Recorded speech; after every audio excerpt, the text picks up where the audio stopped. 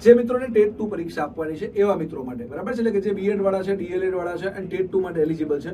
તો ટેટ 2 નો અભ્યાસક્રમ નવો આવ્યો છે. ખરેખર અભ્યાસક્રમ સમજણ વાળો આવ્યો છે. અભ્યાસક્રમમાં ગોખવાનું નથી, એટલે અભ્યાસક્રમથી ચિંતા ના કરશો, સમજો પેલા અભ્યાસક્રમને, બરાબર છે. અને ડિટેલ અભ્યાસક્રમ આવી ગયો, આપણને ખબર પડી ગઈ કે આ જ મુદ્દાઓ પૂછાવાના છે.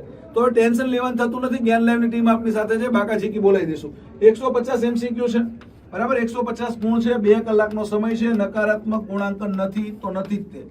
હવે ભાષાવાળા વિદ્યાર્થી મિત્રો માટે પણ પદ્ધતિ શાસ્ત્રનું મહત્વ વધી ગયું છે અને અહીંયા પણ તમારે રીડિંગ કોમ્પ્રિહેન્શન કરવું પડશે. તો ભાષામાં અંગ્રેજી 20 ગુણ, ગુજરાતી 20 ગુણ, હિન્દી 20 ગુણ અને સંસ્કૃત 15 ગુણનું રહેવાનું છે. અને અંગ્રેજીની અંદર તો ભાઈ આપણે ગુજરાતીમાં 15 ગુણ છે વિષય વસ્તુના અને 5 ગુણ પદ્ધતિના. અંગ્રેજીમાં વિષય વસ્તુ 15 ગુણ, 5 ગુણ પદ્ધતિ. હિન્દીમાં પણ વિષય વસ્તુ 15 ગુણ, 5 ગુણ પદ્ધતિ અને સંસ્કૃતની અંદર 10 ગુણ છે એ વિષય વસ્તુના અને 5 ગુણ પદ્ધતિના. આ રીતે 75 ગુણ ભાષામાં રહેવાના છે.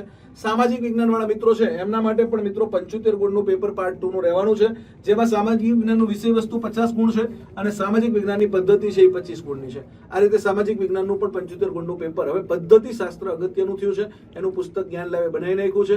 તૈયારી માટે, પુસ્તકો માટે જ્ઞાન લાઈવના નીચેના નંબર પર સંપર્ક કરવાનો છે, 8980677555.